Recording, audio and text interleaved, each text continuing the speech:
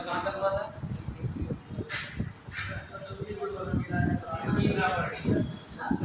Coloured compound चल रहा है ना? ठीक है, आगे आप लोग लिख लेंगे,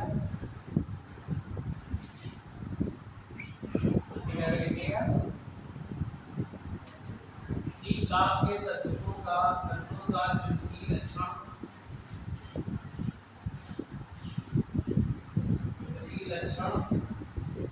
उनके मैग्नेटिक मोमेंट, चुंबकीय आघूर्ण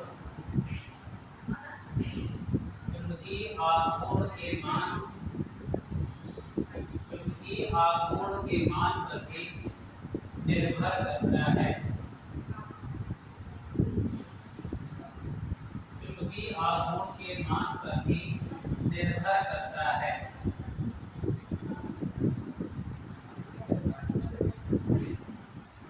जिसका चुंबकीय आघूर्ण नहीं सुना दिया, रिकॉर्ड हो रहा है। डी ब्लॉक तत्वों का चुंबकीय लक्षण उनके चुंबकीय आघूर्ण के मान पर भी निर्भर करता है। जिस आयन का चुंबकीय आघूर्ण का मान 0 होता है, चुंबकीय आघूर्ण का मान 0 होता है, वह आयन प्रतिचुंबकीय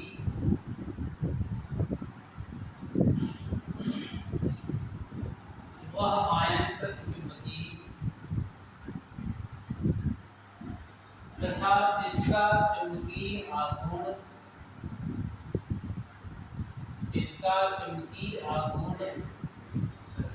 0 से अधिक होता है, जिनका चुंबकीय आघूर्ण 0 से अधिक होता है, वे आयन अनुचुंबकीय होते हैं। चुंबकीय आघूर्ण 0 से अधिक होता है, वे पैरामैग्नेटिक होते हैं। देखिए ये भी आप एक तो पूछता है तो चुंबकीय आघूर्ण की वैल्यू क्या होगी।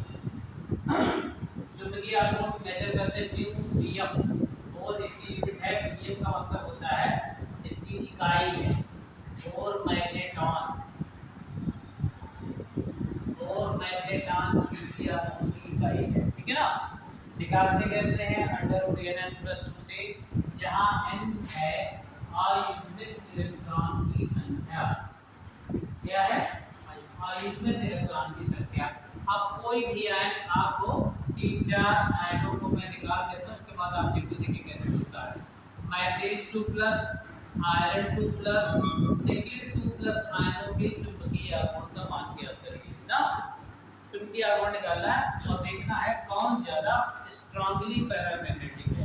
हमने कहा higher the value of UBM higher magnetic in nature, है ना। उसका चुंबकीय लक्षण भी क्या होगा? ज्यादा होगा।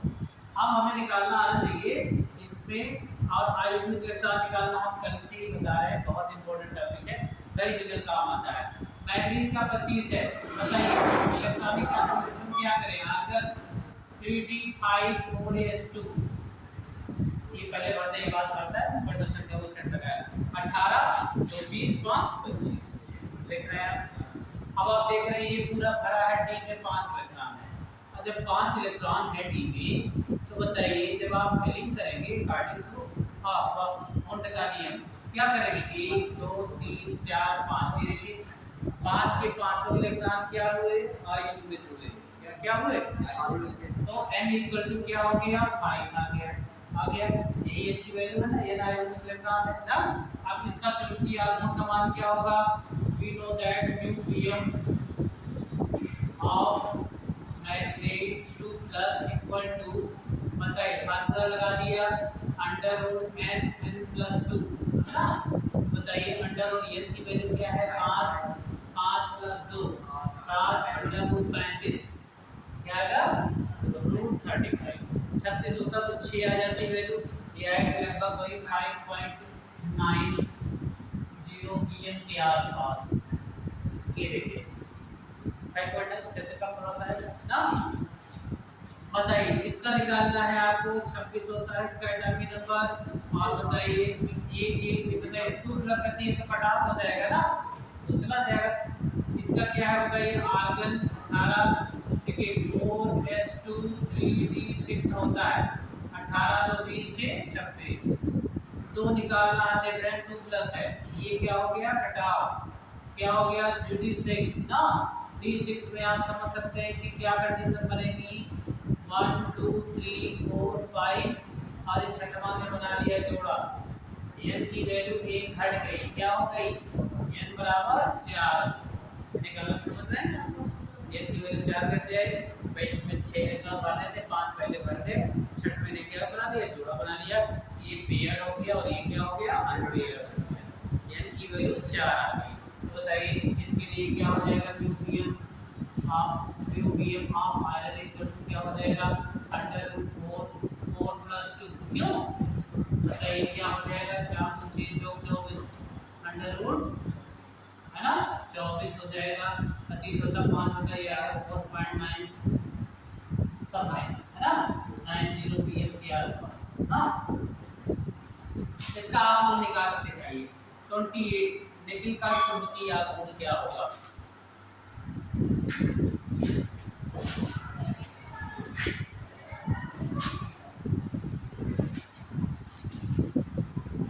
एंड जी प्लस का मैग्नेटिक मोमेंट बताइए, और इन सब में बताइए विच वन इज डायमैग्नेटिक।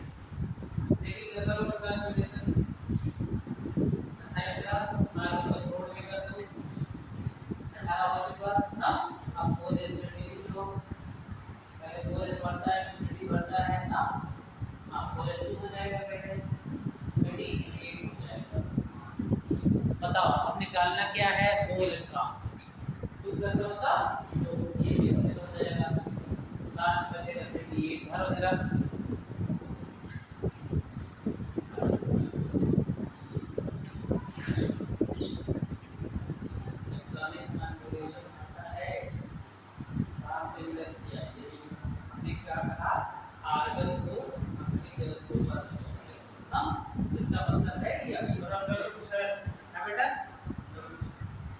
कितना रहा, n की वैल्यू कितना निकाला बताओ, बताने हैं n की वैल्यू 2 निकाला, आयु ने कितना 2 निकाला, फिर √2 2 + 2 2 तो 4 नहीं 8, √8 2.9 के आसपास आएगा, ये आया है 2.9 के आसपास ना। जिनका कितना होता है 30, जिंक का 30, लेकिन में किसका नहीं आया आयुर्वेद घटना निकालना, बताइए 8 5 को डालोगे ना, आय चला गया, छठवां थोड़ा बनाएगा, सातवां बनाएगा, आठवां ना, इसमें आयुर्वेद कितना है ना और इसमें आवे ना 8 करना है, 5 पहले जाएगा, जिंक 2 + 30 है 0 आएगा है ना, इसका यूपीएम इक्वल टू 0 आएगा। सो दिस इज डायामैग्नेटिक, कैसा हो जाएगा, ये आयन क्या हुआ डायामैग्नेटिक है ना, यानी चुंबक के प्रति यह आकर्षित नहीं होगा है ना।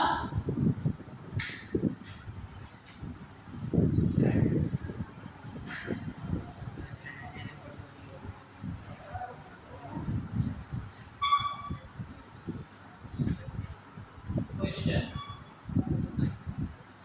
Arrange these ions into increasing order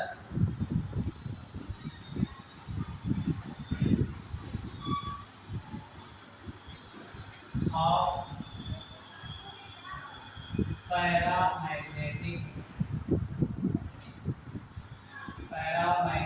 behavior।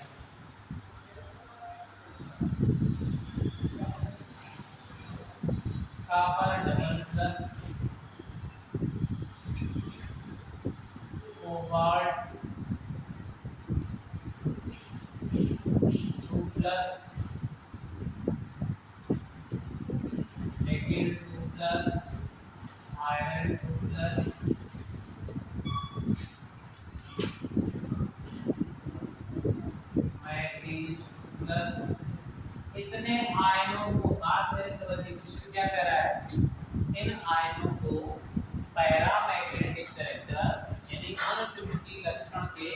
बढ़ते हुए क्रम में व्यवस्थित कीजिए।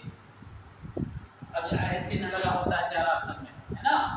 अब सबका जवाब क्या होगा, अगर हम सब में अनपेयर्ड इलेक्ट्रॉन निकाल के n की वैल्यू रख दें तो उनके म्यू pm का मान भी ज्यादा होगा ना। म्यू pm में जितना ज्यादा होगा उतना ही पैरा मैग्नेटिक होगा, ये तो बताया। तो आप ना निकालिए ये फार्मूला लगाना चाहे तो इसकी वैल्यू आप सीधा n की वैल्यू निकाल लीजिए ना। n की वैल्यू जिसमें ज्यादा है तो इसका चुंबकीय आघूर्ण का मान भी ज्यादा होगा, अब वही सबसे ज्यादा पैरा मैग्नेटिक। सिर्फ एक बात आपको आनी चाहिए अच्छी तरह से, पहले ही चैप्टर पढ़ाया जाता है सही सही अयुग्मित इलेक्ट्रॉन निकालना, ठीक है ना। अब देखिए फिर से अभी तक नहीं कर पा रहे हैं आप, एक बार मैं फिर बता रहा हूँ, इन सबका जितने ट्रांजिशन मेटल है इतना आपके दिमाग में ऐसे ये भरा है। आज को करोड़ में किया पहले 4s और 3d, आपको चाहे तो पेन उठाने की जरूरत नहीं है। अगर आप पूरा का पूरा इलेक्ट्रॉनिक विन्यास ऐसे बस इन आंसर को ध्यान देखिए 18 को, ठीक है ना। आपको पहले का निकालना है और इसका एटॉमिक नंबर आपको पता है 25 होता है। क्या होता है 25 भाई, 18 तो 20 5 25 ये भर दिया हमने, है ना। अच्छा अब क्या करना है, ये केवल मैग्नीज नहीं था, मैग्नीज आयन बन चुका है, 2 इलेक्ट्रॉन इसने त्याग दिया। इसका मतलब 4s क्या कर देंगे, खत्म कर देंगे। और इस क्या कर देंगे, ये डालते इसमें पहले निकालते हैं इसी से पहले, क्यों। अब बताओ क्या लास्ट में 3d5 बचा है, d5 का मतलब बताओ 5 ऑर्बिटल होते हैं d ना। अब 1 भरा 2 भरा 3 भरा 4 भरा 5 वाला, देखो सारे इलेक्ट्रॉन कोई भी इलेक्ट्रॉन जोड़े में दिखाई नहीं दे रहा ना, जोड़े में दिखाई नहीं देता है, यही तो अयुग्मित इलेक्ट्रॉन होता है। अयुग्मित इलेक्ट्रॉन का मतलब ऐसा इलेक्ट्रॉन जो जोड़े में नहीं, ठीक है। अच्छा अब कॉपर का निकाल ले हैं, बताइए ऐसे आगे लिखिए, आपको पता है कॉपर और क्रोमियम अपवाद है ना, अपवाद है। क्या होता है 4s 3d से दिमाग बनाना चाहिए, होना चाहिए था 18 2 20 9 29, क्यों। और आपने पढ़ा है कॉपर का इलेक्ट्रॉनिक विन्यास आपका नियम का पालन नहीं करता, वो क्या जाता है, ये हो जाता है 3d टैप, ये हो जाता है 4s 1, ये हो जाता है राइट। अब बताइए अब कितने इलेक्ट्रॉन निकालने हैं, 2 इलेक्ट्रॉन, कितने निकालने हैं 2। ये देखो एक ये गया, एक इससे भी कम कर देंगे ना भाई, इसमें तो एक ही था ना, इसमें 10 था, एक इससे निकालेंगे किससे निकालेंगे, लास्ट में क्या बचा 3d9, क्या बचा। अब आपको 9 इलेक्ट्रॉन को इसमें भरना है 5 डिब्बों में। अच्छा एक पहला गया, दूसरा तीसरा चौथा पांचवा, उनका नियम कहता है जब तक सभी में एक एक डाल न दीजिए तब तक जोड़ा बनाना प्रारंभ नहीं होता। 5 हो गया, 6वां आया, 7वां आया, 8वां आया, 9वां आया, इन सब ने बना लिया जोड़ा, लेकिन बताइए इस इलेक्ट्रॉन का जोड़ा नहीं है, इसका मतलब n की वैल्यू 1 आ गई, क्या आ गई, मतलब n बराबर 1 आ गया, राइट ना। कितना निकालना चाहे जितना टाइम लग जाए आपको फटाफट सब हो जाएगा। आप कोबाल्ट का निकालने चल रहे हैं, कोबाल्ट का होता है 27, इसका 29, अब पता चला एटॉमिक नंबर पे नहीं याद रहा, फिर भगवानी मानेंगे क्या कर सकते हैं फिर ना, बार बार कितनी बार ये दिखाया जा रहा है, परंतु ये इलेक्ट्रॉनिक विन्यास बताया जाता है, आपका नियम बताया, सारे नियम बताए, केवल प्रैक्टिस पर डिपेंड है। आप 2 घंटा 2 घंटा घर पे पढ़ेंगे नहीं तो सारी चीजें यहाँ पढ़ाई है वो हो जाएगी, है ना। केमिस्ट्री और ये सारा सब्जेक्ट रिवीजन मांगता है, जैसे मैथ रिवीजन मांगता है ऐसे 20-20 रिवीजन मांगता है, और इतना स्कोरिंग सब्जेक्ट भी होता है आईआईटी नीट में, सब ज्यादा जितना ये केमिस्ट्री स्ट्रांग है ना, तो समझिए फिजिक्स तो सबका लगभग गड़बड़ ही देता है, आप सबका क्वेश्चन जाना होते हैं फंस जाते हैं। केमिस्ट्री में थोड़ा सा सीरियस हो जाइए तो मैथ की तरह नंबर मिलता है, और जगह 30 नंबर पे 25 प्लस कर दीजिए केमिस्ट्री, है ना। फिजियोलॉजी बॉटनी में खींच दीजिए, अगर फिजिक्स में थोड़ा कम भी आ जाए तो चलेगा, है ना, ओवरऑल हो जाए। आईआईटी देखिए है, हाँ देखिए अरे पढ़ना सब चाहिए, आपके प्रीवियस लेते 600 के ऊपर एमबीबीएस मिल रहा है, तो बताओ 720 में 600 के ऊपर पाओगे तब जाके एमबीबीएस मिलेगा, तो सब में स्कोर होना चाहिए तब तो मिलेगा ना। हमारे जियोलॉजी पार्ट में 45 का दिए कर सकते हैं, पूरा एनसीईआरटी पे एकदम आता है, एनसीईआरटी को पकड़ के लाइन बाय लाइन 10 बार पढ़ दीजिए, एनसीईआरटी आ जाएगा। केमिस्ट्री भी कांसेप्ट है, जैसे मान लीजिए चल से कर फिजिक्स में 30 से कर दिया, तो भी जब इसमें 4 से मल्टीप्लाई करेंगे ना तो वो स्कोर आ जाएगा। आईआईटी नीट के लिए तो और कम चाहिए, अभी एडवांस हुआ था 50 नंबर। बताइए 50 के और मार्क मिल जा रहा है आईआईटी का एडवांस। मेंस पहले क्वालिफाइड, मेंस से परसेंटाइल होगा 95 94 परसेंटाइल ले आइए, फिर एडवांस दीजिए 50 के नंबर अगर पास आया आईआईटी में आपको सिलेक्शन हो जाएगा, है ना। तब पेपर का स्टैंडर्ड होता है, मेरिट ज़्यादा नहीं जाते उसमें, लेकिन आपको सीरियस पढ़ना पड़ेगा। तो अब यही सब नहीं है कि कई चैप्टरों में बेस बनता है, सब इलेक्ट्रॉनिक मिनरल हर हाल में आना चाहिए, है ना। कोबाल्ट का 27 बताओ, चलिए आर्गन लिख दिया, 2 ऑर्बिटल लिखते हैं 4s और 3d, ये लिख दिया ना। 27 का करना है, 18 हो गया है, 18 तो 20 7 27, क्यों भाई 2 दिन जाता है इसमें मैक्सिमम 10 लग सकते हैं ना। अब बताओ जरा कितने इलेक्ट्रॉन निकालना है, 2 इलेक्ट्रॉन, कितने, पहले नेचुरल का करते हैं 27 ना, 27 का किया हमने, 2 इलेक्ट्रॉन निकालना है तो कहां से जाएगा, और ये खत्म हो गया ना। क्या बचा लास्ट में D7, है ना। इसका मतलब D में कितने इलेक्ट्रॉन भरना है हमको, बोलो 7 भरने हैं, पहला दूसरा तीसरा चौथा पांचवा छठा ने जोड़ा बनाया, सातवां ने जोड़ा बनाया, ये देखो 3 का जोड़ा नहीं है। n इक्वल टू क्या हो गया 3, n का मान क्या हो गया 3, है ना। 3 आयन में जोड़ना है। अब क्या बचा है निकेल का, अभी आपने निकाला है आर्गन 4s 3d लिखा, 18 तो 30 28, ये कटा हो गया, d8 हो गया, d8 हो गया, 8 कैसे भरोगे, 1 2 3 4 5 6 7 8, ये देखो ये बराबर 2 रह गया, कितना रह गया, यानी D5 तक पढ़ता है, जब फिर D6 से ज्यादा शुरू होता है 5 ज्यादा तो जोड़ा बनाने लगता है। आयोनिक इलेक्ट्रॉन 5 तक पढ़ते हैं फिर घटने लगते हैं ना। बताओ कितने आयोनिक इलेक्ट्रॉन लिखे, n बराबर 2, क्या लिखा। अच्छा अब यही वाला बचा है आयरन का, बताओ 26 होता है एटॉमिक नंबर, क्या है आपके किताब में ध्यान सुना, आर्गन 26 18, 4s लिखा 3d लिखा, 18 तो 20 6 26 ना, 2 प्लस निकालना है, ये खत्म, क्यों बताइए d6 करना है, 1 2 3 4 5 6, n की वैल्यू क्या हो गई 4 आ गई, क्या हो गई 4। अब देखिए n की वैल्यू निकाल लिया, आधा काम खत्म। अब इसको पैरामैग्नेटिक बिहेवियर के बढ़ते क्रम में सजाना है, बढ़ते क्रम का मतलब 1 2 3 4, और हमने क्या कहा कि वो ज्यादा पैरामैग्नेटिक होता है जिसमें आयोनिक इलेक्ट्रॉन ज्यादा होते हैं ना। तो सबसे कम वाला पहले लिखें, सबसे कम किसमें आया, बोलो n की वैल्यू कापर में n की वैल्यू क्या आई 1। तो बताइए इसको जब हम अरेंज करेंगे तो सबसे पहले हमको किसे लिखना चाहिए, किसे लिखना चाहिए, कापर को लिख देना चाहिए। ये देखो बेटा कापर हो गया। अच्छा बढ़ता बढ़ता क्रम है क्या, ये चिन्ह लगता है, बताइए ये चिन्ह लगेगा ना। अच्छा बताइए फिर किसमें ज्यादा आयोनिक इलेक्ट्रॉन, एक के बाद ये 2 वाली में, 2 किसका है निकेल का, निकेल 2 प्लस राइट। फिर कौन आया कोबाल्ट, ये देखो कोबाल्ट का निकाला है 3 प्लस ना, तो फिर कौन सा आएगा कोबाल्ट 2 प्लस, फिर कौन सा देखो Fe वाला आया ना 4 वाला, तो Fe2 प्लस, और सबसे जो मैग्नेटिक करेक्टर का हुआ वो है मैग्नीज 2 प्लस, कौन है ये देखो Mn का कितना रहा ना। तो सबसे पहली चीज क्या, ये सब तब कर पाएंगे आप जब आप इलेक्ट्रॉनिक विन्यास अच्छी तरह आपको आएगा, नहीं तो सब दौड़ा जाएगा। अंदाज मार के जो 20% क्वेश्चन सही होते हैं बस 80% गलत जाता है यदि आपने अंदाज मार लिया ना। ठीक है अब यहाँ क्या लिखे हम, इंक्रीजिंग ऑर्डर ऑफ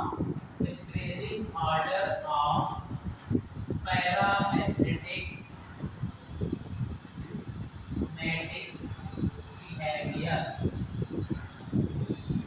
हिंदी में समझ रहे हैं, अनुचुंबकीय लक्षण का बढ़ता हुआ क्रम, इंक्रीजिंग ऑर्डर माने है ना। निकाल लीजिए जरा है तो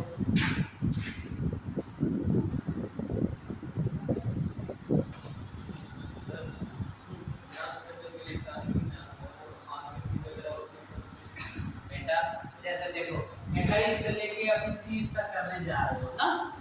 इनके आसपास के एक्टिव गैस कौन है? आर्गन ही तो है, जिसका आर्गन का परमाणु क्रमांक कितना होता है? 18। अब अगली एक्टिव है तो 36 वाली में मिलेगी। और जो नियान के आसपास है 11-12 के आसपास है, नियान है, नियान 10 होता है, आपको पता है ना। जैसे 10 से 18 डिग्री तत्वों का इलेक्ट्रॉनिक विन्यास करना होगा तो नियान करोड़ में रहेगा। कौन करोड़ में रहेगा? नियान। अब 18 से 36 के अंदर वालों को जब करोगे आप तो आर्गन करोड़ में होगा ना। अब 36 के ऊपर 54 तक अगली कौन सी क्रिया है? चिनान 54। ये देखिए, पहला है हीलियम क्रिया, दूसरा है नियान क्रिया 10, और 18 क्या होता है? आर्गन, है ना। 36 क्या होता है? क्रिप्टन। ये देखिए 54 क्या होता है? जीनान ना। और 86 होता है रेडॉन। यही अपनी गैस है। तो जिसके जो निकटवर्ती है उसी को करोड़ में करोगे आप ना। अब हम करने जा रहे थे 21 से लेकर 30 तक के सारे आयन हैं ये। तो उसके जस्ट पहले कौन से गैस पढ़ रही है? आर्गन, इसलिए हमने आर्गन को करोड़ में किया ना। अभी कर देते एल्युमिनियम का करके दिखाओ। कभी कभी क्या करते हैं बहुत स्टार्ट कर देंगे, ये तो मान लीजिए कंडीशन में समय बचाना है तो ऐसे मारा उठाया 2 ऑर्बिटल ले आने खटाखट करके निकलते चले गए, है ना। टाइम कंज्यूम होता है इससे, है ना। और आप जानते हैं कंपटीशन केवल आपको आता ही इतना ही काफी नहीं है, आप आता है उतने समय में आपकी एक्यूरेसी कितनी है ना। कितने क्वेश्चन सॉल्व कर ले जाते हैं, धीरे धीरे कर रहे हैं, पता चला 10 क्वेश्चन छूट गया, समय तो लिमिटेड है ना। ये ट्रिकी अप्रोच है कि ये 2 ऑर्बिटल आपके दिमाग में खड़ा करके मन में कर दो, अच्छा 38 आ रहा है, 5 जाएगा इधर, 3 जोड़ा बना लेगा, 2 बचे, है ना। ऐसे, है ना। एक तो कलम उठाना, ये तो मैं आपको करके दिखा रहा हूँ, इन लोगों का भी इलेक्ट्रॉनिक विन्यास नहीं आ रहा, नहीं तो ये सब कलम कलम उठाए जरूरत नहीं पड़ती है, लोग ऐसे है ना। ये लोग, है ना, सही है। तो कभी गलत नहीं होता सब ना। अगर आपके ट्रिक बताने का समझ में आ रहा है, आ रहा है, हाँ, अगर आ जाए तो बड़ी अच्छी बात है। ये जो अभी तक कोई चीज समझ नहीं आ रहा था, 18 तक आपने डायरेक्ट 18 से ले लिए थे, हाँ, थोड़ा सा ये नहीं समझ इसलिए आ रहा। जितना तक तुम करोगे ना, मान लो 21 का करना है तुमको ना, तो देखिए ऐसे करो 1s2 2s2 2p6 3s2 3p6, ये देखो यहाँ तक देखना 2 2 4 6 10 तुम्हारा 6 18 हुआ ना। अब मान लो 22 के अंदर बार-बार इतना लिखोगे कि नहीं लिखोगे, है ना, इतना लिखोगे, फिर 3p बार आएगा 4s2 3d1, ये हुआ 21 का। फर्स्ट टाइम आपने पढ़ा, मतलब अभी तक किसी ट्रिक से हमने इंटरनेट पढ़ा है। हाँ, तो बताओ इसीलिए हमने किसको, इस तत्व को करोड़ में कर देते हैं। लो केवल 2 ऑर्बिटल लिखो और खटाखट करो और चले और ये मान निकाल दो, चले जाओ ना। अब जैसे कभी ये खड़ा है, इसमें 1 आयुग्म है, अगर 3d2 हो जाए 2 आयुग्म, 3 हो जाए 3 आयुग्म, 4 हो जाए तो 4 आयुग्म, 5 हो जाए तो 5 आयुग्म, बढ़ता जाएगा ना। और जैसे ही 6 हुआ, इसका मतलब एक ने जोड़ा बना लिया, क्या हो गया? एक ने, तो 4 आयुग्म बचे। 7 अगर यहाँ हुआ 37, 3 आयुग्म बचे। 8 यहाँ कॉन्फ़िगरेशन आया, 2 आयुग्म बचे। 9 आया 1 आयुग्म, 10 का 10 हो गया, यानी वैल्यू 0, है ना। यानी 5 तक बढ़ता है, फिर 5 से घटकर 0 हो जाता है ना। तो हमने क्या कहा? Higher the value of n, higher magnetic factor, है ना। उनका चुंबकीय लक्षण होना ही चाहिए।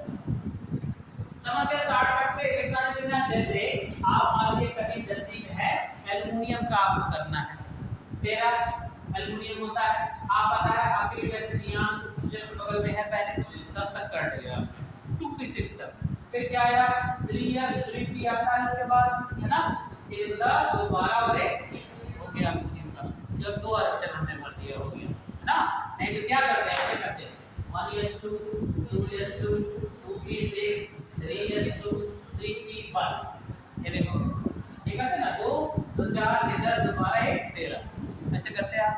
हमने क्या किया, बार-बार अपर देवर 15 वाले खा दिया, तो लिखना आप ये पूरा शुरू किए हुए धीरे-धीरे, है ना। बस सीधा नियान को करोड़ में भरेंगे और बस 2 ऑर्बिटल याद रखेंगे, 3s 3p। अब बताओ 10 2 12 20 15 हो गया ना। 18 वाले करना है, यहाँ p6 हो जाएगा। अब जैसे 19 से स्टार्ट हुआ, फिर भी अब ये भर चुका है, आएगा 4s, क्या आ जाएगा 4s। आप नियम को कर में याद होना चाहिए, कहाँ से कौन एनर्जी लेवल बताना। हाँ, अब वो 19 का 4s1, 20 का हो गया 4s2। आप देखो 4s भी भर गया। अब किसका नंबर है 3d आ रहा है, कौन आ रहा है 3d। अब तो इसी ऑर्बिटल में 21 से लेके 30 तक का हो जाएगा, है ना। भाई D1 scandium, D2 titanium, D3 vanadium, D4 chromium, लेकिन क्रोमियम बाद रखिएगा, D5 S1 हो जाता है ना, बाद ये D5 ये S1 हो जाता है क्रोमियम, है ना। और कहाँ बाद है कॉपर में D10 4S1 हो जाता है। बस आप वाला ध्यान रखिए, बढ़ते चले जाइए, दो ऑर्बिटल, है ना। अब तुरंत आपने सब बायोकेमिकल कर दिया, जिसके ज्यादा n की वैल्यू तो उसका चमकी लक्षण भी ज्यादा, उसमें रंगीन आयन होने की प्रवृत्ति भी ज्यादा होती है ना। तमाम बातें बताता है। जीरान कहाँ से कहाँ मिलते हैं? जीरान बेटा अब मान लो तुमको आपको करना है 82 का, 82 मिनट का करना है। अब आप लिखते जाओ 1:2 और बड़ा हो जाएगा ना। अब इसके पीछे क्या है जीनान, ठीक है। अब इसके भी 2-3 ऑर्बिटल बनेंगे, 54 तक आपने कर लिया, है ना। अब इसके बाद ऑर्बिटलों को क्रम देखिए, जीनान कहाँ तक भरेगा बताइए। जैसे देखिए इसमें 1s2 2s2 2p6 हो रहा है ना, तो आर्गन में 3p6 होगा, क्रिप्टन में 4p6 होगा, जीनन में 5p6 होगा। 5p6 तक भर गया, क्या हो गया है 5p6 तक भर गया है। तो अब बताइए 5 के बाद क्या आएगा 6s, क्या आएगा 6s। अच्छा अब देखिए आप कंफ्यूजन है, आप 5d पहले भरे और पहले भरे। हमने आपको तरीका बताया n+l का नियम लगा दीजिए, जिसकी n+l की वैल्यू कम है पहले भरेगा, जिसका ज्यादा हो उसमें बाद में जाएगा। 4 f में जाएगा, f की वैल्यू 3 7वां नंबर है, 5 + 2 7वां नंबर है, ये देखिए गिन जाए तो। अब दोनों के लिए समान आ जाए, जिसकी मुख्य क्वांटम संख्या का पहले रूप से भरेगा। इसका मतलब अब आ रहा है 4f ऑर्बिटल, फिर आएगा 5d ऑर्बिटल। बताओ जी ना, ये 2 हो गया, ये 14 होता है, ये 10 हो गया। जरा गिनो 54 2 60 10 70 10 80 4 84 हो गया। क्या हो गया 84 हो गया। आप कहाँ तक कर दिए होगा 84 तक कर दिए ना, कर दिए हो 84। अब मान लीजिए यहाँ पे अभी 5p है नहीं है, अभी 6p आएगा। हाँ ठीक है, ये 4 है 5 है 6p आएगा। अच्छा देख लो 6p और 5d में कौन पहले भरेगा 5 2 ये हो गया 7, ठीक है। ये क्या होगा 6 + 1 = 7, पहले 5d भरेगा फिर किस भरेगा 6p, है ना। तो ऐसे भरते चले जाओ। और ये 4f भी से 4f फिर 5d फिर 6p, और तो कितना हो 54 2 56 4 60 10 70 10 80 और 2 बन गया का, है ना। 84 करना हो D4 हो जाएगा, है ना। ये 2-3 ऑर्बिटल में सीक्वेंस आपको याद करने पड़ेगी एनर्जी लेवल, और इसके लिए हम डेटाबेस करते हैं। आप लोग रेगुलर रहते नहीं हो ना बराबर, ये सब में पढ़ा चुका है एनर्जी लेवल कैसे मानी खुल जाए, अब कौन सा आने वाला है ना।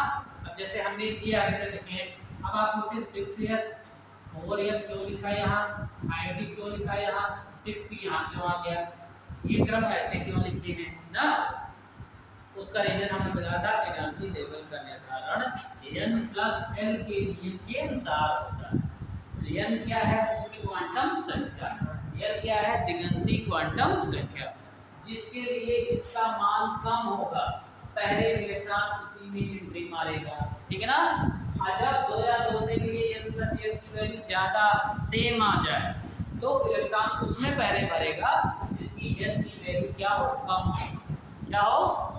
ये एग्जांपल देखो, और मैं आपको बता दूं l का मान s में जाए तो 0, p में जाए तो 1, d में जाए तो f में जाए तो 3 होता है। पहले चैप्टर में आ जाता है l की वैल्यू, है ना।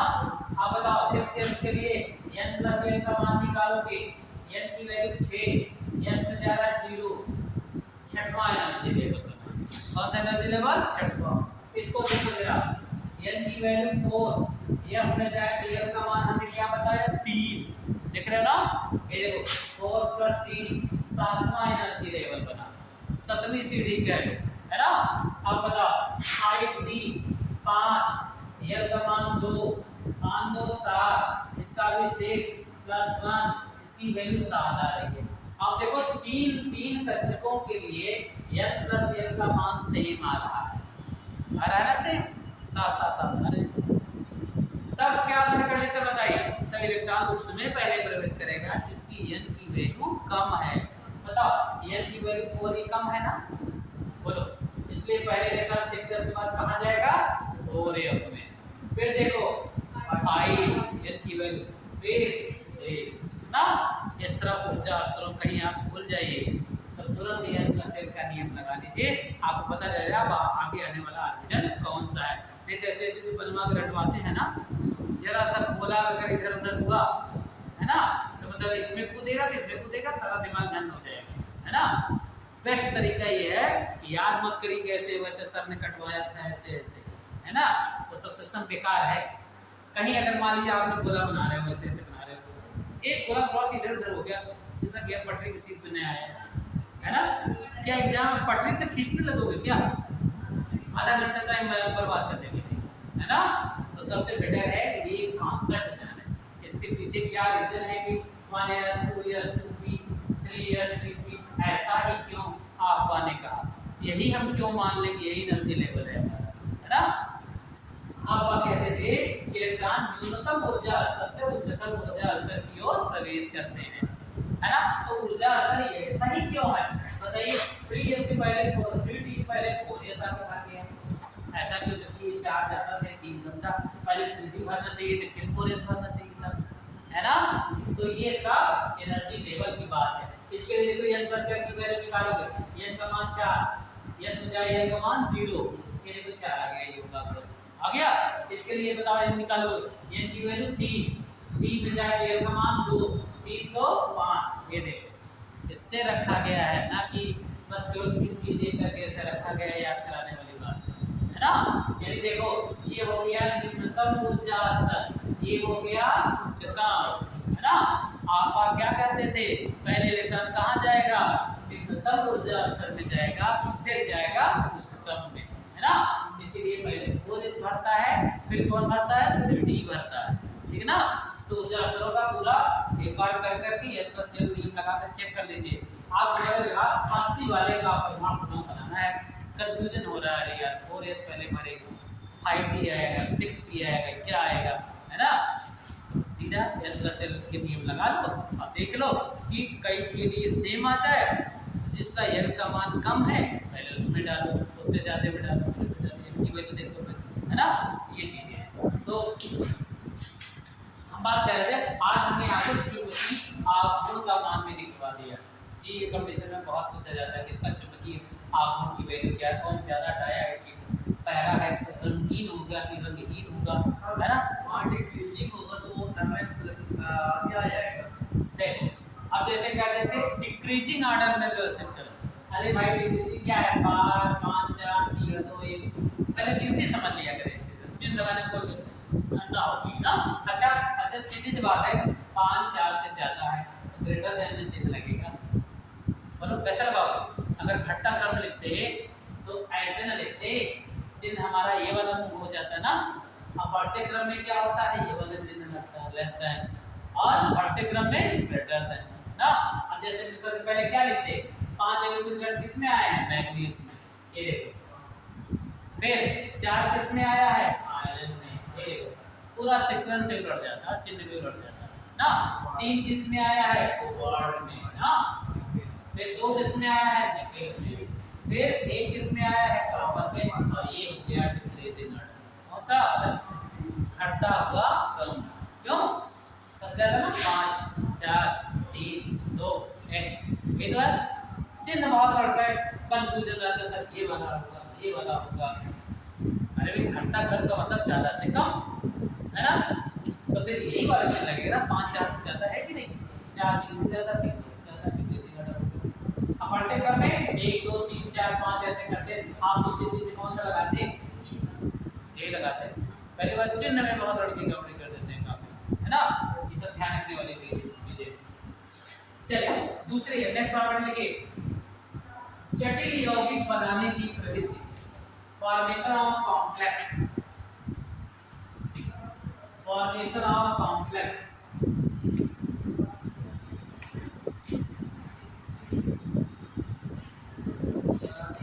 प्रवृत्ति, फॉर्मेशन ऑफ कॉम्प्लेक्स, जटिल यौगिक बनाने की प्रवृत्ति। अच्छा, एंटर फाइनल में एक चैप्टर है कोऑर्डिनेशन कंपाउंड, यार लास्ट चैप्टर, आप ये 11th में क्या, आज आप लोग जानते हैं वो बस ऐसे है जब यौगिक, है ना, जिसमें जटिल यौगिकों के नाम लिखा करते थे ना, जैसे आईपीसी नाम लिखा करते थे ना, तो वही कॉम्प्लेक्स। अब मैं ये बताना चाहता हूँ, कॉम्प्लेक्स को कॉम्प्लेक्स क्यों कहते हैं, ये जटिल यौगिक क्यों कहते हैं, क्या खास बात है इनमें जटिल यौगिक कहे जाते हैं ना। एक होती है जब हम विक्री का सूत्र पढ़ते हैं, K2SO4 डॉट Al2SO4 का होल प्राइस डॉट 24SO, और सूत्र याद हो या ना याद हो बच्चों को ये सूत्र बहुत जल्दी याद हो जाता है ना, क्योंकि मैं इंटरेस्ट होता है विक्री है, बड़ा सा सूत्र है, रट ले, है ना, बताने के लिए कब वो बड़ा सूत्र आता है ना। अब बताइए इतना लंबा सूत्र है विक्री का ना, बच्चे हाई स्कूल लाइन से रटवा दिया जाता है ना। और एक सूत्र है देखिए K4FeCN6 पोटेशियम पेरोक्साइड। आपको लगता क्या है ये बड़ा सा सूत्र दिख रहा है, इससे तो बड़ा दिख रहा है, दिख रहा है ना। हम इसे जटिल यौगिक नहीं बोल रहे हैं, this is not a complex compound, जटिल यौगिक नहीं ना, लेकिन ये जटिल यौगिक बोल रहे हैं, इसे कॉम्प्लेक्स कंपाउंड कहते हैं, क्यों, है ना। होता क्या है कि इसे द्विक लवण कहते हैं, सारी प्रतिक्रिया द्विक लवण होती है, डबल सॉल्ट होती है, क्या होती है, डबल सॉल्ट होती है। तब द्विक लवण क्या होता है, प्रतिक्रिया एक ही प्रकार नहीं होती, यहाँ आयरन ले ले तो आयरन एलम हो जाती है, क्रोमियम ले ले क्रोम एलम हो जाती है, इसे पोटास एलम कहते हैं, इसे कहते हैं पोटास प्रतिक्रिया। और आपको पता है प्रतिक्रिया का उपयोग होता है घाव के भरने में भी किया जाता है। जब कोई शेविंग कराने जाता है नाई के यहाँ, देखिए वाइट वाइट ऐसे रखे रहते हैं स्लीट है ना, ऐसे रगड़ देते हैं ना, क्या काम करता है, रक्त का कागुलेशन करता है, स्कंदन, जैसे आप कहीं छीलने कट पिट गया, रक्त को जमाने में मदद करता है ना। और बैक्टीरिया छोटे छोटे जो जीवाणु होते हैं पानी में, जब पानी साफ किया जाता है पानी में फिटकरी डाल देते हैं, तो पहली बात तो जो छोटे छोटे बालू आलू के कण हैं मिट्टी के, स्कंदन बैठा देता है नीचे, है ना, और छोटे छोटे जर्म को मार देने का भी काम करता है, छोटे बैक्टीरिया छोटे कीटाणु है, फिटकरी क्या करता है वो मार देता है। तो फिटकरिया द्विक लवण है, और इसमें द्विक लवण क्यों है, देखिए एक भाग पोटेशियम सल्फेट है, क्या है, और एक भाग एल्युमिनियम सल्फेट है, दोनों कमजोर डॉट बॉन्ड जहां लिखा है, जहां ये बहुत कमजोर बॉन्ड है, ये मजबूत बॉन्ड नहीं। जरा शरीर करो पानी उड़ जाएगा इनसे, और फिटकरी में हो जाता है छेद, और इसे कहते हैं दग्ध फिटकरी, बर्न एलम, है ना। तो देखिए अब आप बताइए, यहाँ पे दो साल्ट आपस में चिपके हुए हैं डॉट बॉन्ड द्वारा, कमजोर बॉन्ड द्वारा, इसीलिए दो साल्ट हैं, इसीलिए इसको क्या कहा जाता है, द्विक लवण ना। और क्या खास बात है इसमें और इसमें, they lose their identity in the solution, यानी अपनी पहचान यदि पानी में घोल दिया जाए इन्हें, तो ये अपना अस्तित्व खो देते हैं, क्या करते हैं, अस्तित्व। जैसे अगर आपको पता है फिटकरी को पानी में घोलें, अच्छा आपको क्या लगता है, नमक को जब पानी में घोलते हैं तो सोडियम और ये सब दिखाई देता है क्या, सोडियम और क्लोरीन कहाँ चला जाता है, उसके पानी के अंतराकाशीय अवकाश में समा जाता है ना, जिससे आपको चीजें दिखाई नहीं देती, ट्रांसपेरेंट सॉल्यूशन दिखाई देता है, क्लियर, है ना। ऐसे ही जब आप फिटकरी को पानी में घोलते हो तो क्या देखते हो, फिटकरी पानी में अच्छी तरह से घुल जाती है, देखा मैं फिटकरी को पानी में घोल के ना, घोला तो घोल के देखिएगा, आराम से सस्ती मिलती है दुकान पे ना। और फिटकरियों का यूज भी है पानी साफ करने में, रक्त के जमाने में कट मिट जाए ऐसे खींच के लगा दीजिए ना, तो थोड़ा सा आपको तुरंत ब्लड की क्लॉटिंग हो जाएगी। जिनका ब्लड क्लॉट नहीं होता, एक पता है कौन सी प्रोटीन होती है जिसमें ब्लड क्लॉटिंग नहीं होती? आपने दो लोग सुने हैं, बड़ा बायोलॉजी ग्रुप के हैं क्या? बायोलॉजी ग्रुप के हैं। एक होता है वर्णता, कलर ब्लाइंडनेस, और दूसरा होता है हीमोफीलिया।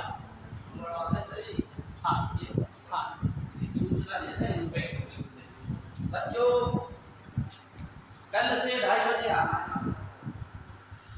ठीक है, वहाँ से फोन आया था रफीक सर का कि आपका टाइम जो है चेंज हो गया है, 2:30 बजे से आया। और दीपावली के बाद जो है सूचना आ जाएगी। अभी आप 2:30 बजे आए, दीपावली के बाद से 3 बजे हो जाए। ठीक है, अभी फिलहाल 2:30 बजे आइएगा, तो जब सूचना होगी तब देखी जाएगी, लेकिन 2:30 बजे आइएगा। ठीक है, ठीक है।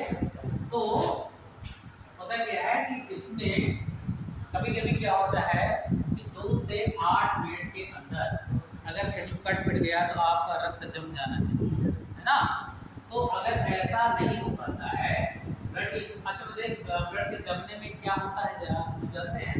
जो फाइब्रिन नामक जो प्रोटीन होती है, फाइब्रिन ओजन में बदल जाती है, फाइब्रिन ओजन में बदल जाती है और रक्त में ऐसे ऐसे जाल बन जाता है। जब जाल बन जाता है धीरे धीरे रक्त क्या हो जाता है? जम जाता है। जैसे आपको पता सीमेंट जमाने में सरियों का जाल बिछा देते, देखिए इसे कहते हैं आरसीसी। क्या कहा जाता है उसे? आरसीसी। कभी नाम कभी सोचा है कि इसका मतलब क्या होता है? कहते हैं आरसीसी लिंटर बना रहे हैं अपने घर में, आरसीसी लिंटर करवा रहे हैं बेटे। नहीं कोई नहीं सोचता ये है क्या आरसीसी? आरसीसी क्या है जानते हैं? इसको कहते हैं रेनफोर्स्ड कंक्रीट सीमेंट। रेनफोर्स इसको हिंदी में आया था प्रबलित कंक्रीट सीमेंट, है ना। अच्छा, जब सरियों के जाल में बांध दिया जाए, नींबू कैसे बनते देखा होगा आपने कि पत्थर की पीट में भर दिया जाता है, सीमेंट का घोल डाल दिया जाता है ना सरियों के जाल में ना, और जल भी इतना मजबूत हो जाता है कि बाद में छीनी हथौड़े से तोड़ करके अगर घर एक बार बना लिया आरसीसी लिंटर का तो उसे गिराना बहुत कठिन होता है ना। इसे कहते हैं आरसीसी रेन। आपने उस कंक्रीट को और बल दे दिया है ना, सपोर्ट दे दिया है। ऐसे आप ईंटा जोड़ाई करते चले जाइए, मार दिया थोड़े से गिर जाएगा।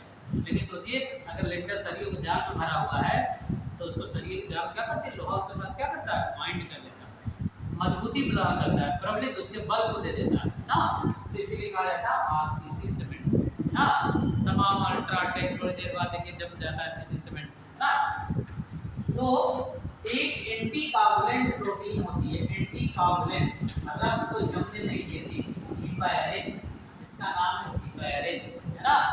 अगर जिसके शरीर में ये है उसको जानिए हीमोफीलिया का ग्रसित है, उसका रक्त आसानी से नहीं जमेगा।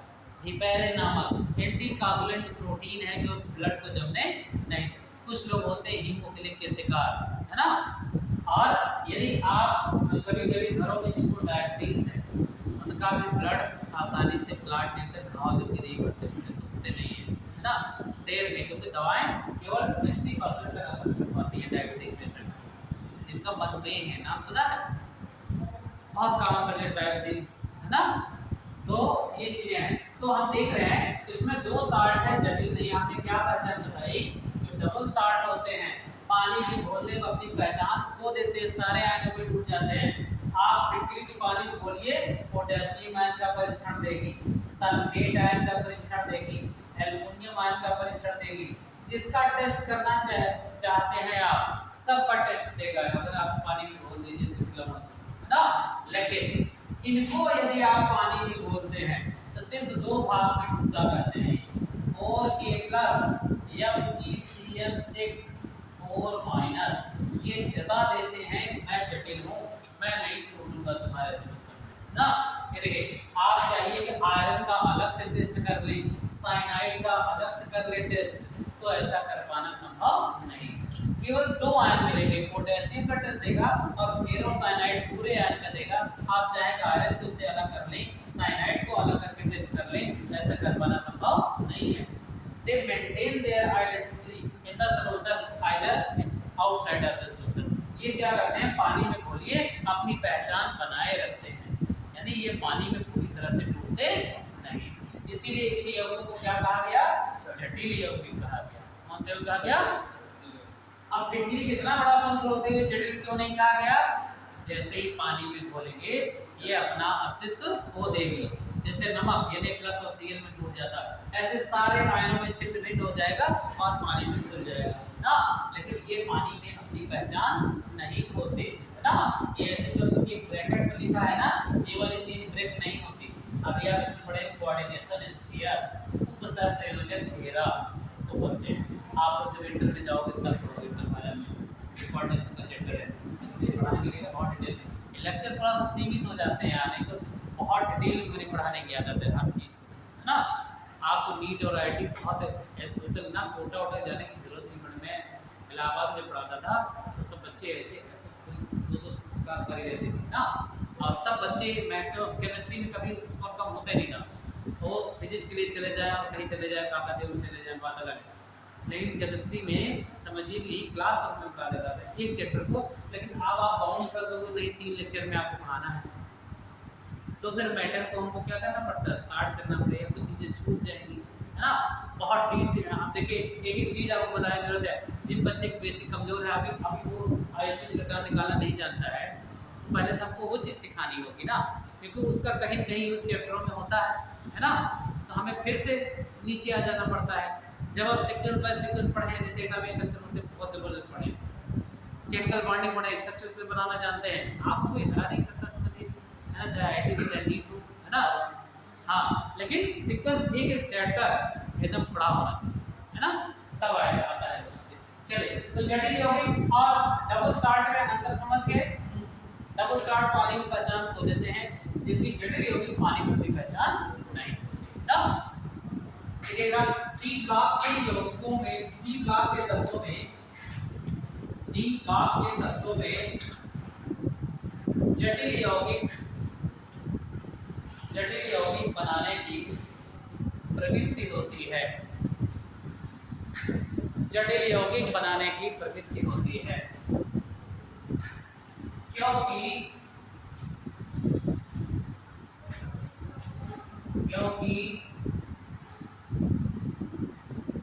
इनके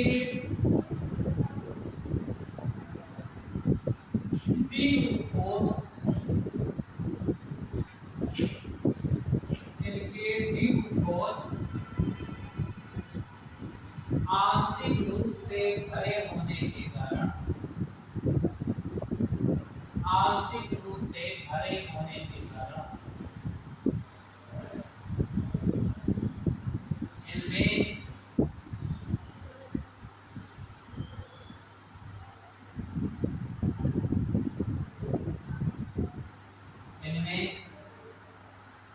अयुग्मित इलेक्ट्रॉन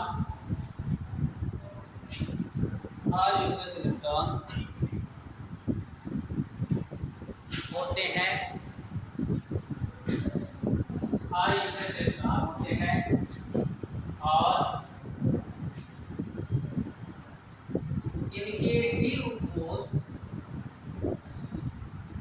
इनके डी उपकोष लिगैंड द्वारा प्रदान किए गए इलेक्ट्रॉनों को, लिगैंड द्वारा प्रदान किए गए इलेक्ट्रॉनों को ग्रहण करने की क्षमता रखते हैं।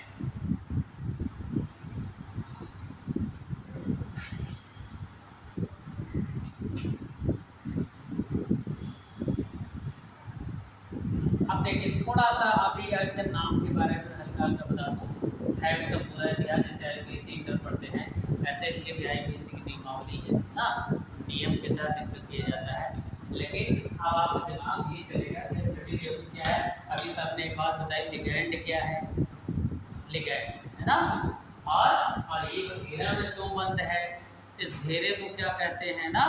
अगर घेरे में बना दिखाई दे, पहली बात तो पहचान चाहिए कि वह जटिल यौगिक है। कैसा यौगिक है? अब जरा इसका स्ट्रक्चर अगर एक हम आपको बता दें कौन लिगेंड है क्या है। अच्छा देखिए, ये कैसे टूटेगा, 4K प्लस, अभी हमने क्या कहा, FeCN6 4 माइनस ऐसे टूट रहा है ना। हमने कहा दो भागों में केवल टूटता है क्या। इसमें जो सेंट्रल में धातु है, देखिए क्या है, आयरन। क्या है बताइए, आयरन किस ब्लॉक का है, डी ब्लॉक। देखिए जटिल यौगिक में आयरन सेंटर। इसमें देखिए कॉपर है, ये भी बताइए डी ब्लॉक का है कि नहीं। इसमें देखिए मरकरी है, ये भी डी ब्लॉक का है ना। तो सारे के सारे जटिल यौगिकों में जो सेंट्रल में धातु है, केंद्र में धातु है, वह डी ब्लॉक का तत्व है। किस ब्लॉक का तत्व है, देखिए आप इसका हमें शब्द बनाए जा रहे हैं। Fe को केंद्र में रखा, इसमें रखा। अब बताइए, अच्छा बताइए 6 साइनाइड में घेरा है, नाइट्रोजन कितने बॉन्ड बनाता है, मैक्सिमम 3 बॉन्ड बनाता है। कितने बॉन्ड, 3 बॉन्ड बनाता है। देखिए C ट्रिपल बॉन्ड N, ध्यान देखिए C triple bond N, C triple bond N, C triple bond N। ये कार्बन का देखिए एक इलेक्ट्रॉन ये बचा है, इसका बचा है, इसका बचा है, इसका बचा है, इसका बचा है। ध्यान रखिएगा नाइट्रोजन के डबल बचे हुए हैं।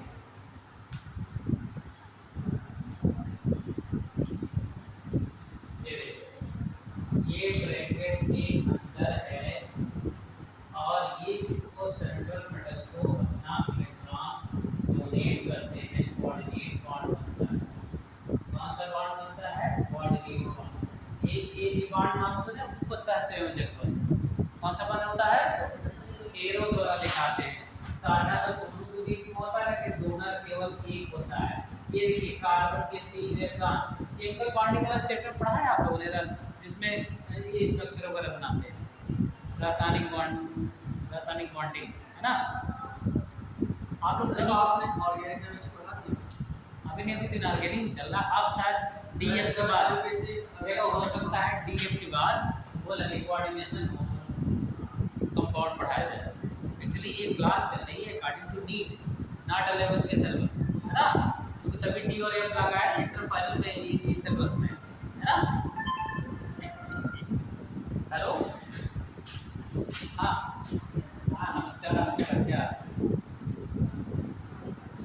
हाँ यार बात क्लास में। ओके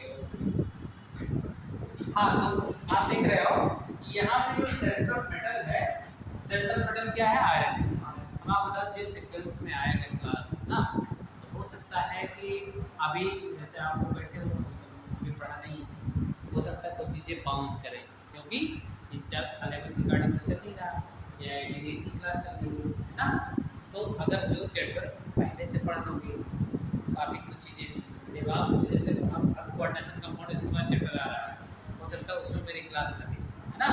तो कोऑर्डिनेशन कंपाउंड ये सब आप डिटेल में नियम, जैसे इंटर में 11th में आईपीसी नेम के नियम पढ़ते हो, टाई डाइट का ये बोलते हैं, ऐसे जोड़ दिया दे बन गया कंपाउंड, ऐसे इतने भी है ना। इनका नामकरण करने का तरीका क्या है ना, सब मैं पढ़ाऊँगा, है ना। हाँ पढ़ेंगे, देखो तो टीचर एक सौरभ सर में पढ़ाते हैं ना, उनकी क्लास लिया करें। लिया है, क्या क्या पढ़ाया थी? हाँ, तो पी ब्लॉक में क्या पढ़ाया?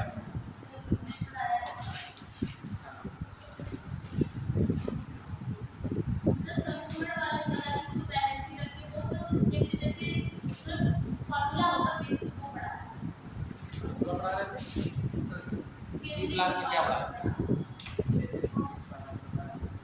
तो ऑक्सीडेशन नंबर निकलवा रहे बस, ऑक्सीडेशन नंबर। एक पी ब्लॉक का क्या है, तो ऑक्सीडेशन नंबर निकलवा रहे हैं, ये बैलेंसिंग में करना चाहिए, है ना। कोई बात नहीं है, ठीक है, जो पढ़ा है। अब ये है ना, आप लोग एक्स्ट्रा एफर्ट करोगे तब जाके कुछ होगा, है ना। एक्स्ट्रा एफर्ट के लिए आप चाहे ग्रुप बना लीजिए, कुछ डालिए उसमें, तो फिर पता है। देखो ये अभी ऑक्सीडेशन नंबर निकलवा रहे हैं, ऑक्सीडेशन नंबर की आपको कोऑर्डिनेशन कंपाउंड की जरूरत पड़ेगी। अभी ऑर्गेनिक शुरू ही नहीं है, ऑर्गेनिक जब शुरू होगा APIPAC नॉमेनक्लेचर से शुरू होगा, है ना। तो आप ध्यान रखिएगा, ग्रुप में जुड़े रहिए। मेरा लेक्चर जो लेक्चर डाला जाए उसको ध्यान रखिए कि कौन सा लेक्चर लगा, है ना, तो उसको अच्छे से पढ़ लेते हैं। ठीक है ना। उससे हम आगे ज़्यादा नहीं पढ़ेंगे, नहीं तो अभी कहाँ कवर हो पा रहा है। देखो लगातार मैं बोलता हूँ, मैं इंस्टा बातें के लिए या तो मोटिवेट करने के लिए करता हूँ या तो फिर है ना मैं ज़्यादा, लेकिन फिर भी इतना ज़्यादा ब्रॉड है ना डिटेल भाव कि 2-3 लेक्चर में समाप्त होना नहीं है। 10 दिन लगते हैं, 10 लेक्चर लगते हैं कि चैप्टर खत्म होने, है ना। डिटेल पढ़ोगे उस लेवल का, है ना। अभी तो बेसिक चीज़ें बता दी जा रही है आपको, ये चीज़ें होती है ना। तो जैसे ऑर्गेनिक पढ़ेंगे अब बस करेगा ऑर्गेनिक, जैसे स्पेशली पढ़ेंगे क्या जरूर, है ना। ऑर्गेनिक मेरा स्पेशलाइजेशन ना JYT। लेकिन ये है कि अब जब बच्चे उस लेवल के नहीं मिलते ना, फिर दिक्कत होता है यार अभी इसको बहुत तो समझ नहीं आ रहा, फिर चलो थोड़ा शॉर्टकट ट्रिक मार के हल्के हल्के एग्जाम दो देते हो निकल जाओ। उस लेवल के बच्चे चाहिए। 11th 12th में जो बच्चे 11th से पढ़े थे इलाहाबाद में, सब ने बहुत सारे बच्चों ने निकाल लिया IR, नहीं IIT हुआ तो IRT निकाल लिया, सिविल से कर लिया, और लिया जेई बन गया डिप्लोमा करके, है ना। और सब मतलब प्राइवेट से करने से अच्छा है, प्राइवेट से हम इंजीनियरिंग करें उससे अच्छा है कि हम सरकारी कॉलेज से IRT अच्छे ब्रांच से निकल लें, सिविल से कर लें, इलेक्ट्रिकल से कर लें।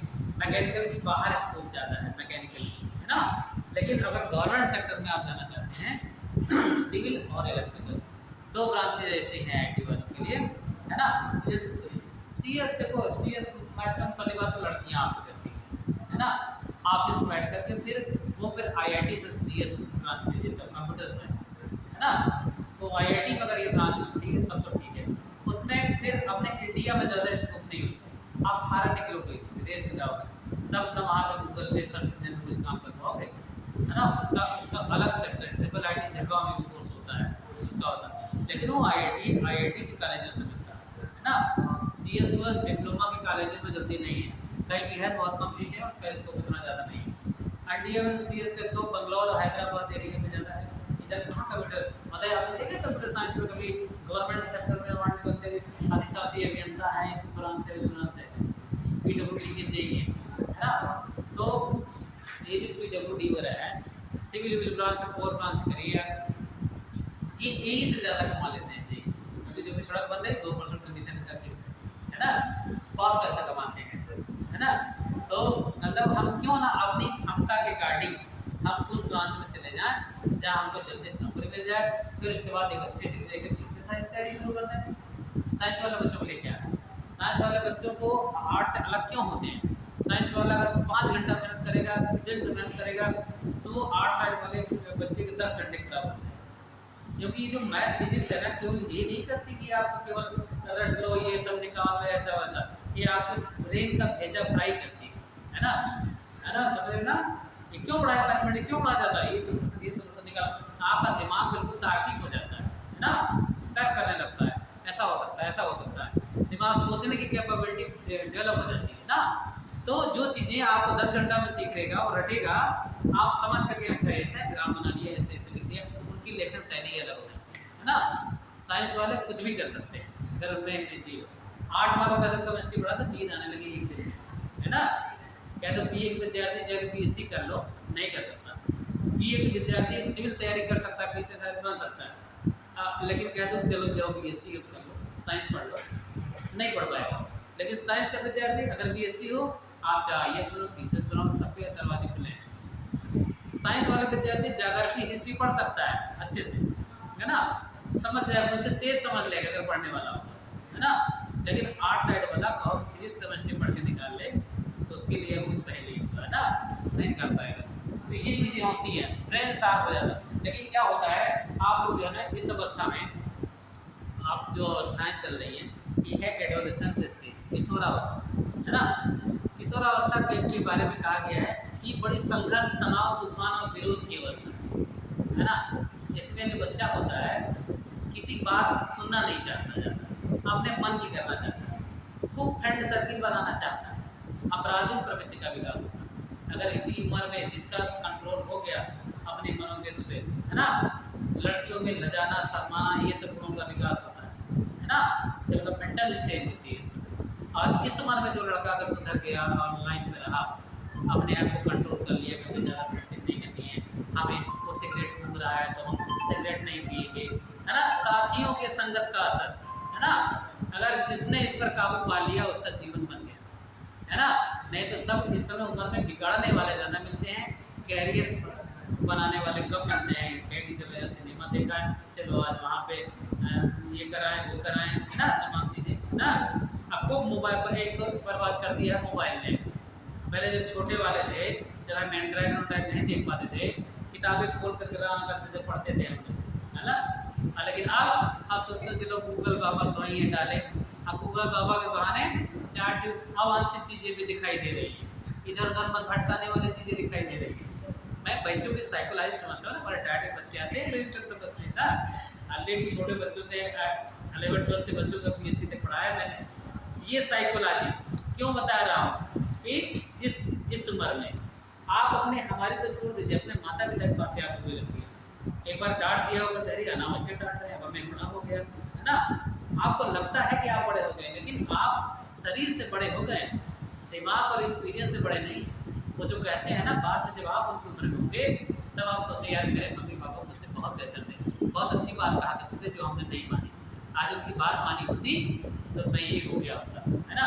एनर्जी लेवल, आप जो रात में 2 बजे तक मोबाइल चलाओगे, देखोगे तो आँखें थकेंगी आपको, है ना, आप थक जाएंगे, दिमाग थकेगा, जल्दी नींद आएगी, आप वो नहीं कर पाओगे जो आप करना चाहते हो, सीधे सी बात है। या तो दोस्ती कर लो, बना लो, आपने जीवन बुद्धि शादी वादी हो गई, पता चला प्राइवेट बीटेक कर लिया है ना, अब बता रहे हैं भैया हमारे 50,000 रुपये कमाते हैं, उनकी सैलरी से भी 20,000 नहीं कमाते हैं, प्राइवेट कॉलेज में क्या देते हैं, 15-20 हज़ार नौकरी देते हैं, है ना। शादी वादी करने के लिए रेट बढ़ा देते हैं, तुम्हारा बेटा बीटेक किया हुआ है ना। बाद में पता चलता है सारा राज IIT का मतलब कानपुर रुड़की, है ना, टॉप क्लास के कॉलेज से अगर किया तो IIT है, अदरवाइज वो PSC से भी बेकार है। प्राइवेट कॉलेज में क्या करते हैं, साल भर सिगरेट का धुआं फूकते रहते हैं, गलत संगत में लड़ते रहते हैं, एग्जाम आता है जो 10 दिन को पढ़ लिया, 4 साल का पेपर सॉल्व कर लिया, पास हो गए, लड़का हमारा बीटेक है, और आता जाता कुछ नहीं है ना। ये क्यों हो रहा है ब्रेन में, क्योंकि आपका नॉलेज नहीं है। कंपनी वाला क्यों आपको 50-60 देगा, आप जब उसको प्रोडक्टिव माइंड देंगे ना, उसका उत्पादन बढ़ाएंगे, कुछ आपके पास ऐसा दिमाग होगा कि आप उसके लिए फायदेमंद हैं, तब तो आपको ना 50,000 देगा, 10 लाख का पैकेज देगा। कि आप कोई डिग्री लेके गए हो और सीधा फिर जाके वहीं क्लर्क का काम करो, हथौड़ी चीनी से तोड़ो, है ना, तब तो 15,000-20,000 को नौकर ना रख लेगा, IIT वो लोग ना रखेगा, IIT क्यों बुलाएगा, जब यही काम करना है, इसलिए बुलाते हैं आप टॉप क्लास का ब्रेन। IIT का मतलब टॉप क्लास का ब्रेन, IAS का मतलब टॉप क्लास का ब्रेन। IITM का जो ब्रेन होता है और IAS का ब्रेन इक्विवेलेंट कैटेगरी के ब्रेन होते हैं, है ना। तो इसलिए अगर आप ये सब चीज़ों से बचना है तो सिर्फ पढ़ाई करनी है, रेगुलरिटी। अभी देखिए कल कितने बच्चे थे, आज गायब हो गए, अब उनको समझाना जान लीजिए कि बैल को समझाना हो जाए, है ना, है। अब कोई बीच में आके बैठा, अब हम पढ़ा रहे कोऑर्डिनेशन, और उसको तो हवा ना लगेगा, वो यही सोचेगा अरे टीचर की बातें हमें समझ नहीं आ रही, बेकार है। या तो वो अपने ज्ञान को दूसरों ऊपर नहीं निकाले, वो सीधे टीचर पे आरोप लगा देगा, अरे इन सर का तो हमको समझे नहीं आ रहा, बेकार है, मैं पढ़ने में इंटरेस्ट नहीं। अरे कैसे इंटरेस्ट आएगा, है ना, शुरू में कुछ नहीं पढ़े हो और सीधे आगे हो यहाँ पे, है ना। तो हम बता रहे थे, इसको कहते हैं केंद्रीय धातु, क्या कहते हैं इसको, सेंट्रल में जो धातु होती है उसे सेंट्रल मेटल या केंद्रीय धातु कहते हैं ना। अब केंद्रीय धातु को जो चारों ओर से घेरे दिखाई देते हैं, है ना, ये देखो साइनाइड, 6 साइनाइड से घेरा है, कितने साइनाइड घेरा है, 6। इसी को कहते हैं लिगैंड, क्या कहते हैं इसको, लिगैंड। लिगैंड ऐसे दाता परमाणु होते हैं जो केंद्रीय परमाणु को इलेक्ट्रॉन डोनेट करते हैं, क्या करते हैं, वो इलेक्ट्रॉन दाता समूह होते हैं, उन्हें हम, अच्छा ये हुआ लिगैंड, जो साइनाइड बन गया लिगैंड, ये हो गया केंद्रीय धातु, और ये घेरा जिसमें जटिल यौगिक बनते हैं उसे कहते हैं उप सहसंयोजक, सहसंयोजक घेरा, कोऑर्डिनेशन स्फीयर, जिसमें जटिल यौगिक बना करते हैं ना, वह घेरा जिसमें जटिल यौगिकों का निर्माण होता है उसे हम कहते हैं उपसहसंयोजक घेरा, कोऑर्डिनेशन स्फीयर, है ना। दोनों भाषाओं में पढ़ना जरूरी है। कोऑर्डिनेशन, अब देखिए 60 में कितना कोऑर्डिनेशन स्फीयर, सीएल लिख दिया, इसको लिगैंड लिख दिया, है ना। अब ये अभी हिंदी खोजने लगोगे ना, बड़ी अजीब सी हिंदी, आप गूगल सर्च करके देगा, है ना, ये लिगैंड, इसको सब कुछ वर्ड ऐसे होते हैं इंग्लिश में ही, पढ़े जाते हैं, लिखे जाते हैं ना, है ना। जैसे गाइनोसियम, एंड्रोसियम, बायोलॉजी में शब्द पढ़ते हैं ना। अब बताइए कौन धानी, स्त्री धानी, कौन कौन धानी, हिंदी पढ़ेंगे दिमाग आपका पागल हो जाएगा, अंग्रेजी में ही उन चीज़ों को अडॉप्ट किया जाता है ना। ऐसे ही लिगेंड। तो बताइए आपने कॉम्प्लेक्स में आप देख रहे हो जो सेंट्रल मेटल है सब डी ब्लॉक वाले हैं। क्या है ये? डी ब्लॉक के तत्व हैं। इनका प्रयोग जटिल यौगिक बनाने में करते हैं और इनका क्या होगा भाई, इनका उपयोग कहीं कहीं होगा ना। हम इसका नाम लिख देता हूँ, नाम कैसे आएगा तो इसको डिटेल बताऊंगा। इसको कहते हैं पोटेशियम, आईपीसी नाम लिख रहा हूँ, हेक्सा साइनाइडो फिरेट सेकंड। अब देखो अब ये सब बाउंस कर रहा है कि नहीं कर रहा है, कैसा नाम लिख दिया मैंने, फिरेट सेकंड। एट क्यों लगाया, सेकंड में क्या है ना। तो अब आप जब नियम पढ़ोगे जैसे आईपीसी लेवल पढ़ते होगे ना, 3 opinion 2 open date ना, ऐसे करते हो ना। ऐसे ही इसका नाम अभी मैं गाइड लिख दे रहा हूँ, कल हो सकता है कि और समझाऊं, पोटेशियम डाइक्रोमेटिक पढ़ाना है मुझे, अभी उसकी बनाने की विधि और वेरिएशन आप आज पहले ऐसे नाम और इसको उतार लीजिएगा, फिर मैं समझाऊंगा थोड़ा सा।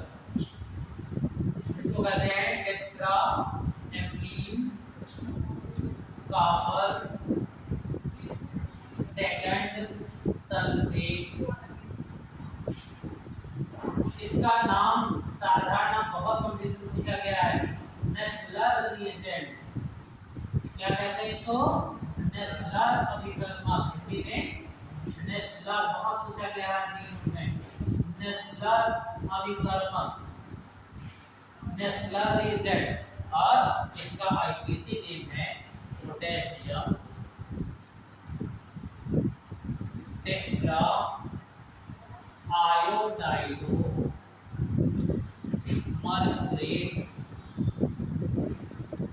मर्क्यूरेट सेकंड, ये नाम है। उतार डालें। हाँ बस कोचिंग है आपको, जिस कोचिंग पढ़ते हैं वहाँ केमिस्ट्री में सिर्फ क्या पढ़ा है, कौन पढ़ा है? बहुत ज़्यादा गंभीर रूप पढ़ाते हैं क्या? गंभीर कर देंगे तुमको भी यार, हैं? चलो ठीक है, तुम 30 पढ़ाएं। किस चैप्टर तक पहुँचे? 8 चैप्टर पढ़ के रिडक्स रिएक्शन खत्म हो गई। एक क्वेश्चन तुम बैलेंस कर पाओगे? आपसे गणना हो गया स्टार्ट हुआ सर, मतलब होमवर्क दे रहा है तो ये करके मुझे दिखाना, I2 plus S minus I3 minus plus I minus plus S2 minus basic crystal like ion electron method एक बताया हमने। आयन इलेक्ट्रॉन मेथड द्वारा इस समीकरण को संतुलित करना। पढ़ने का मतलब ये नहीं फॉर्मेलिटी कर रहे कोचिंग चले जा रहे, कोचिंग जा रहे थे नहीं खत्म होगा जब आप सेल्फ प्रैक्टिस नहीं करोगे अच्छे से। उतार लीजिए। अच्छा, जटिल यौगिक में क्या क्या बातें होती हैं ये बताइए। जटिल यौगिक में क्या क्या दिखाई देता है? एक घेरा दिखाई देता है, कितने का घेरा ना, और बीच में एक धात दिखाई देती है ना, और जो धात को चारों ओर से घेरे रहता है उसे क्या कहते हैं? लिगैंड। घेरे को लिखा लिगैंड ना। तो केंद्रित ऐसे कॉम्प्लेक्स कंपाउंडों में क्या क्या होता है? पहली बात तो घेरे के बाहर कुछ होता है, पॉजिटिव या नेगेटिव, है ना। ये देखो पॉजिटिव बाहर है, यहाँ कौन बाहर है? यहाँ नेगेटिव बाहर ना। और क्या होता है? जो बड़े ब्रैकेट के अंदर बनते हैं उसे कहा जाता है कोऑर्डिनेशन स्फीयर, उपसंयोजक घेरा ना। बीच में क्या है? केंद्रीय धातु परमाणु। क्या है ये? केंद्रीय धातु, सेंट्रल मेटल। क्या है ये? सेंट्रल मेटल है। और जो घेरे रहता है चारों ओर से उसे क्या कहते हैं? लिगैंड। सर केंद्रीय धातु से जो लिगैंड मिल रहे हैं वो किसी संयोजकता द्वारा जुड़े रहते हैं। हाँ, द्वितीयक बैलेंस है उसको कहते हैं। अभी बताया ना कि अभी जब अभी चैप्टर हो सकता है इसके बाद वही लगे, ये लाख के बाद कोऑर्डिनेशन लगेगा, है ना। तो एक एक चीज बताऊंगा, मतलब ये क्या है, प्राइमरी बैलेंस क्या है। कभी कभी कॉम्प्लेक्स में ऐसे डॉट डॉट दिखाई देगा, है ना, और कभी मोटी लाइन दिखाई देगी, है ना। इन सब का मतलब बताऊंगा पूरा डिटेल में, है ना। ये द्वितीयक संयोजकता है, ये प्राथमिक संयोजकता है। प्राथमिक संयोजकता आयोनाइजेबल होती है। वर्नर थ्योरी बताऊंगा उसके लिए, वर्नर थ्योरी। तो फादर ऑफ क्वांटिटेशन कंपाउंड है ना, बर्नर थ्योरी है ना, सब आप पढ़ेंगे, बहुत पढ़ेंगे है ना, टॉपिक शुरू हो उसके बाद फिर डिटेल पढ़ेंगे है ना, तब बहुत पढ़ने में मजा आता है। फिर जितना पढ़ाऊँ दूसरे दिन मैं पूछूं अगर तो थोड़ा सा आप रिस्पॉन्स दीजिए, मुझे पता चले कि नहीं बच्चे मेरी बात समझ में है ना, तो टीचर का मनोबल डाउन हो जाता है। हम चिल्ला चिल्ला के बात करें, बहुत कुछ निकाल के अपना कलेजा निकाल के कहना चाहें अरे आप न्यूट्रल पढ़े हुए हो है ना, ये नहीं चलेगा, रिस्पांस मिलेगा है ना। जैसे इस लड़की ना सकता कि सर आगे आप कह रहे थे ये आप समझ में आ रहा है, पहले नहीं है ना, ये अच्छा लगता है कि आपने रिस्पांस दिया, ठीक है ना, तभी तो बातें समझ में आएगी, हम आप जान पाएंगे आपको क्या नहीं आता। फिर से मैं डिटेल में शुरू करूँगा, उसको बताऊँगा है ना, बंद कर दो बेटा, ठीक है।